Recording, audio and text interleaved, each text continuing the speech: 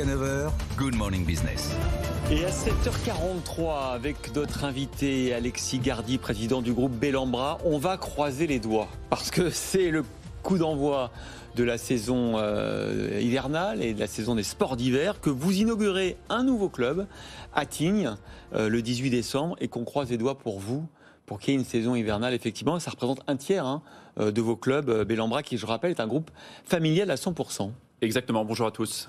Donc ce club de Tignes, c'est un pari osé, courageux en ce moment ou déjà les réservations sont au rendez-vous? Alors c'est surtout un pari sur l'avenir et ça montre que malgré 2 années de crise sanitaire que nous venons de traverser, on arrive à faire sortir des projets et des magnifiques projets. Le Club Med de Tignes que nous reprenons sous l'égide Bellambra à partir de la mi-décembre, dans lequel nous avons investi, nous avons rénové les parties communes, nous avons rénové le spa pour enrichir notre offre, affiche pas tout à fait complet, mais des chiffres très prometteurs pour ce début de saison. J'y étais la semaine dernière, il reste quelques jours pour finir les travaux, donc on est très optimiste pour accueillir nos clients dans les meilleures conditions possibles, bien entendu. Et ça donne la même chose sur le reste de vos clubs. Vous avez une petite vingtaine de clubs dans les stations hivernales. Quel est le taux de réservation pour le moment? Alors, si on compare par rapport à 2019, on a retrouvé les niveaux de réservation de 2019, ce qui est très encourageant. La deuxième bonne nouvelle, c'est qu'il a neigé et il a beaucoup neigé au cours des derniers jours. Donc c'est vrai que ça compte énormément. Donc les vacances de Noël, normalement, devraient être enneigées. Les vacances de Noël seront enneigées. Comme c'est compliqué de partir à l'étranger, on peut aller au ski. Eh bien, aller au ski, je l'appelle de mes voeux. Justement, c'est un atout de ne pas avoir de club à l'étranger. Vous avez la totalité de vos clubs qui sont en France, 52 actuellement. C'est mieux dans ce contexte de sortie de crise, finalement? Alors, je ne sais pas si c'est mieux ou moins bien. L'héritage de ce groupe fait que nous avons tous nos clubs en France. Nous avons un réel savoir-faire d'opération de clubs, donc avec des prestations d'hébergement, de restauration, d'animation, de clubs enfants et d'activités à l'intérieur et à l'extérieur du club. Ces sites sont en France. Les Français ne veulent pas voyager pour le moment. Quand les Français ne veulent pas voyager, on les accueille bien entendu, mais c'est une offre qui répond aussi à une demande forte des familles de trouver à proximité et qui s'intègre pleinement dans ce contexte aussi de relocalisation du tourisme et de moindre distance de trajet, de meilleure accessibilité. Comment vous positionnez aujourd'hui ce club voilà. Et est-ce que vous avez dit familial à plusieurs reprises, est-ce que vous avez l'intention de bouger? Est-ce que vous considérez comme étant du moyenne gamme? Est-ce que vous voulez aller vers le haut de gamme? C'est quoi votre feuille de route des prochaines années? Donc la feuille de route, elle est très claire. C'est de s'assurer que la prestation qui a été vendue au client au moment où il a fait sa réservation soit à 100% livrée quand il arrive sur le terrain. C'est une prestation tout compris, c'est ça? Voilà, c'est une prestation tout compris, avec, comme je le disais tout à l'heure, l'hébergement, la restauration et toutes les activités, ainsi que la garde et l'accompagnement des enfants.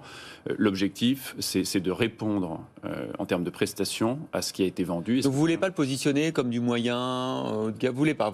Nous, on va être de toute façon, on a 52 clubs et ils ont une présence dans des destinations différentes. On va être sur le Grand Ouest, on va être à Anglette, on va être sur la presqu'île de Gien en Méditerranée. Au port du Luberon, j'ai vu à Mousquetti aussi. On va être sur la Sorgue à Mousquetti, club que nous avons rénové pendant la crise. On a investi beaucoup d'argent avec un partenaire pendant cette crise.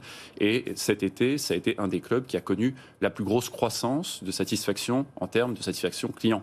Donc, quand on investit et qu'on investit sur des prestations ciblées, ça marche. Est-ce qu'il y a une demande plus verte de la part de la clientèle? Comment vous allez faire pour renouveler en ce sens votre parc de 55 clubs? Alors, c'est une demande croissante, aussi bien du client que de nos partenaires investisseurs. Ah oui, c'est intéressant ça. Le croisement de ces... Les financiers exigent de vous... Les financiers exigent, et tous ceux qui financent les financiers exigent encore plus. Et alors comment ça se matérialise? Donc ça se matérialise de manière très très concrète sur des réflexions autour des normes d'isolation. Je parlais de Tignes tout à l'heure, mais nous avons 2 autres projets emblématiques dans les Alpes françaises, aux 2 Alpes et à Flaine, qui seront 2 projets neufs, qui vont être financés par la Banque des Territoires. Nous sommes au plus haut niveau d'exigence en termes de normes environnementales sur ces 2 projets.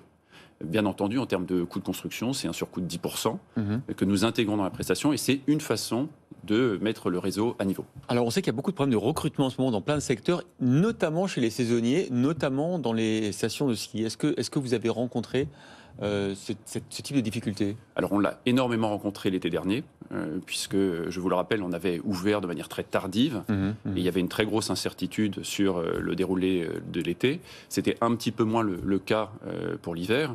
Néanmoins, il est évident que bon nombre de saisonniers, on va dire traditionnels ou historiques du secteur, sont partis dans d'autres activités ou dans d'autres secteurs. Donc il faut renforcer la marque employeur des groupes, faut être plus précis sur les parcours que l'on propose. Et chez Bellambra, nous avons la chance de pouvoir offrir une diversité de métiers. Vous pouvez être responsable de réception, responsable de restauration ou chef. Vous pouvez aussi vous occuper du ménage et vous pouvez progresser. Moi, j'ai retrouvé, je connaissais ce groupe depuis plus d'une vingtaine d'années quand j'en ai pris la présidence, des anciens animateurs qui étaient devenus directeurs d'établissement. Et c'est cette proposition de valeur que l'on doit rappeler sans cesse. C'est vrai que tout le monde nous en parle de l'importance de la carrière, de pouvoir progresser au sein d'une entreprise. Néanmoins, ce qui cloche dans les métiers de l'hôtellerie, de la restauration, c'est et la pénibilité et les salaires bas. Est-ce que vous répondez à ces questionnements aujourd'hui? Alors aujourd'hui, le sujet des NAO est vraiment d'actualité. Ah oui, on en parlait avec Jean-Marc Daniel et Nicolas Dose. Avec nos partenaires sociaux. Je pense qu'on a un dialogue au sein de Bellambra extrêmement constructif. Les équipes sont pleinement mobilisées. On sort de 2 années extrêmement particulières. D'ailleurs, je leur tire un immense coup de chapeau pour leur capacité d'adaptation et leur capacité à adapter sans cesse les protocoles sanitaires pour répondre aux exigences et accueillir les clients dans les meilleures conditions possibles.